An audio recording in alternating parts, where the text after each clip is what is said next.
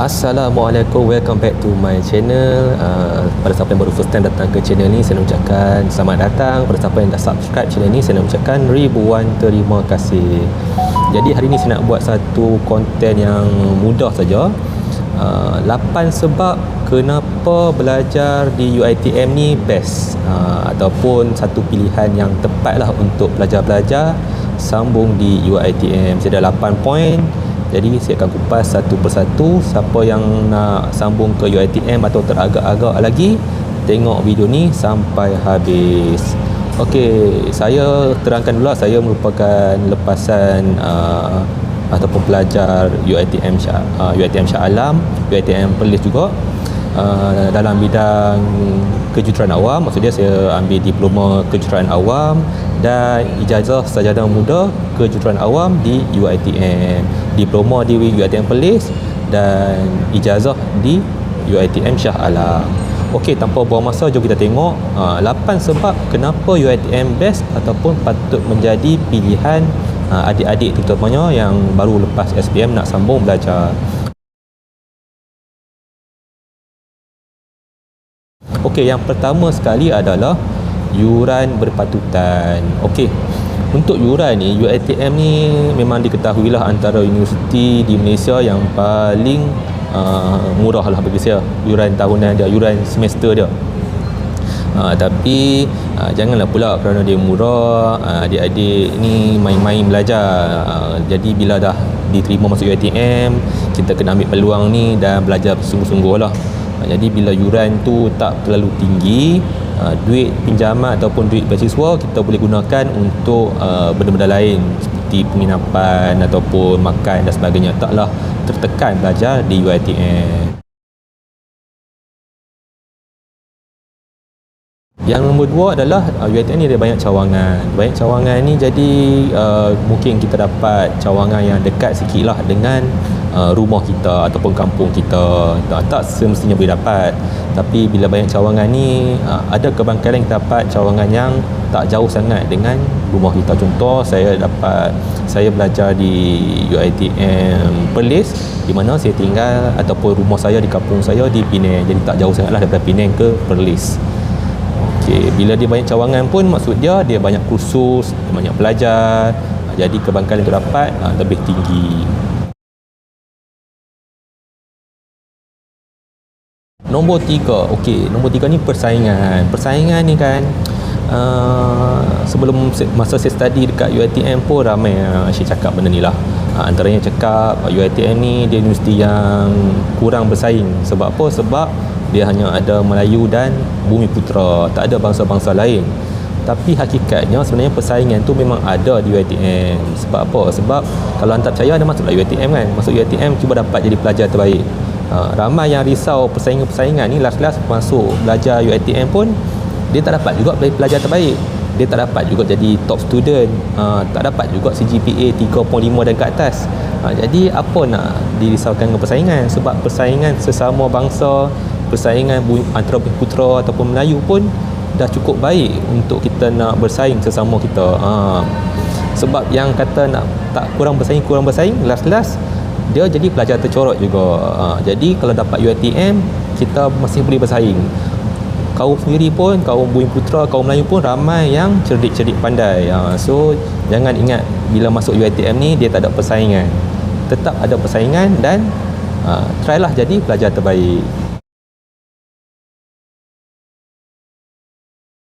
Okey, nombor 4, bahasa Inggeris.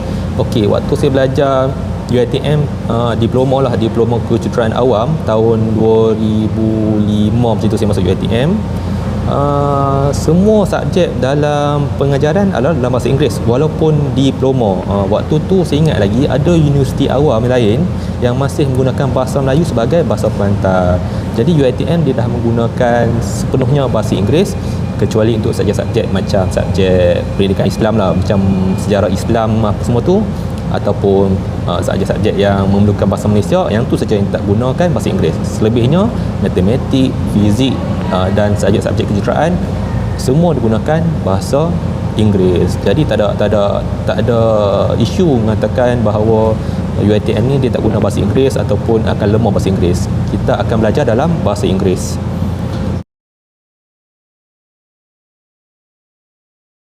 Nombor 5, ini satu lagi isu orang selalu cakap tentang markah lulus. Orang cakap masuk UiTM ni senang saja. Padahal kalau nak tahulah untuk subjek-subjek dalam UiTM ni, kalau kita nak lulus untuk subjek tu, kita kena dapatkan 50 markah dan ke atas. Kalau kurang 50 markah, kita kena repeat paper, kita kena ulang semula paper. Dan kalau 3 kali ulang, maksud dia ambil kali pertama, ambil kali kedua, ambil kali ketiga, kali ketiga pun tak lulus atas 50, kita boleh dibuang daripada UiTM. Jadi tak ada isu bahawa UiTM ni dia senang untuk lulus. Setengah-setengah universiti ada yang 40 markah pun dah lulus, tapi UiTM 50 markah baru lulus. Itu pun satu kelebihan UiTM. Dia menjaga juga kualiti pelajar yang masuk ke UiTM.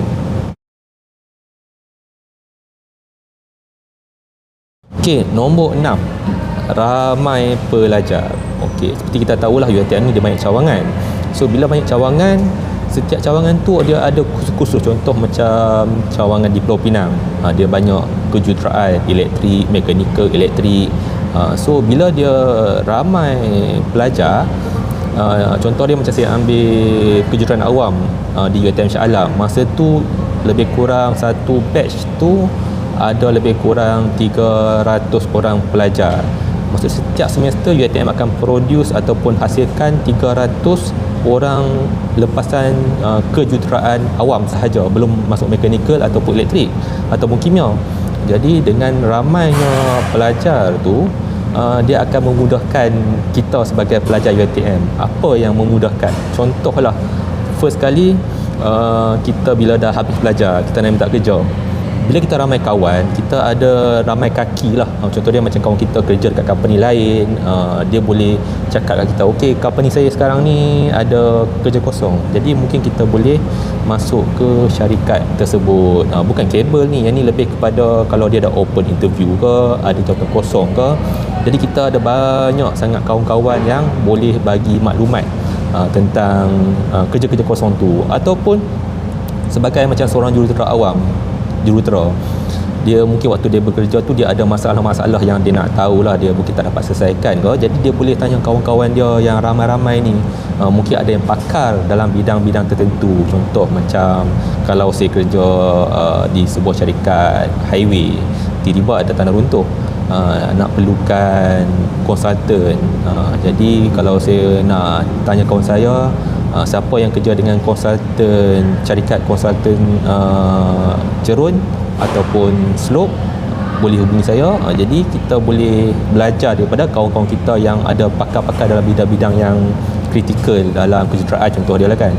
So kita ramai kawan lagi baiklah untuk kita nak minta kerja ataupun nak tanya soalan. Dan bila dia ramai pelajar juga, contoh macam saya diploma dulu, walaupun saya ambil kejuruteraan awam, tapi saya dah ramai kawan-kawan yang bukannya kursus kejuruteraan awam. Contoh housemate saya dia ambil peladangan. Jadi kita ada kawan-kawan lain selain daripada kita punya kursus saja. Kita bercampur dengan budak peladangan, dengan student-student account ataupun business, ataupun pelajar-pelajar pendidikan. Jadi bila kita ramai kawan, kita lepas kita kerja pun kita masih boleh kontak dengan kawan kita dalam bidang lain tu. Dia akan memudahkan kita punya kerja ataupun nak tanya apa-apa soalan pun mudah, tak ada masalah.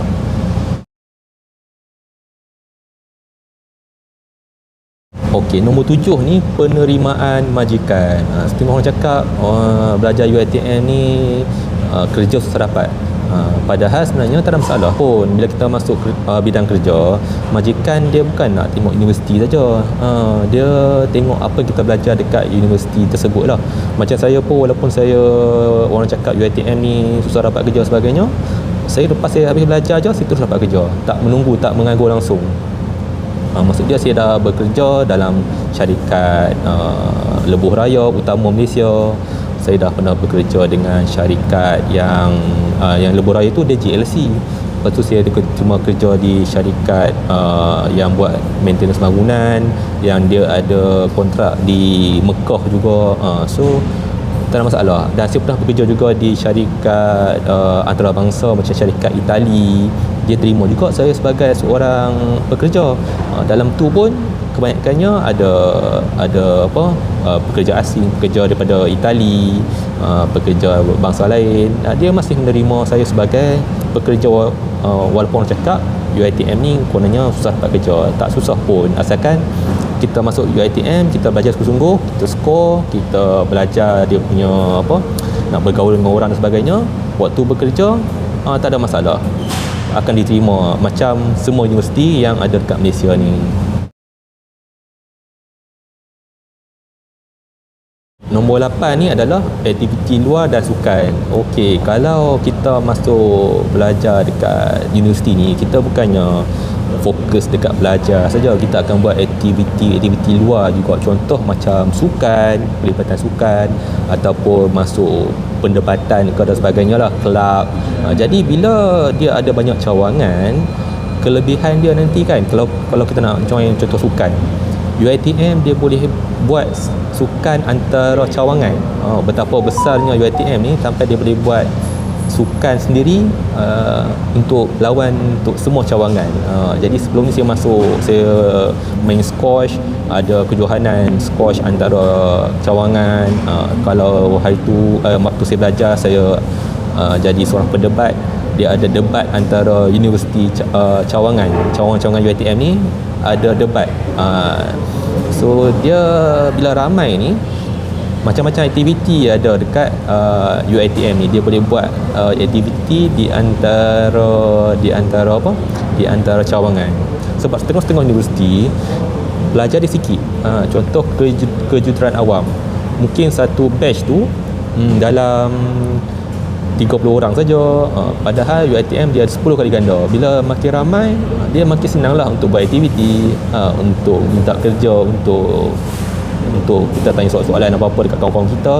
Yang tu kelebihan bila ada ramai ataupun ramai pelajar dan ramai banyak cawangan lah. Yang tu antara kelebihan yang saya nampak bila saya belajar di UiTM.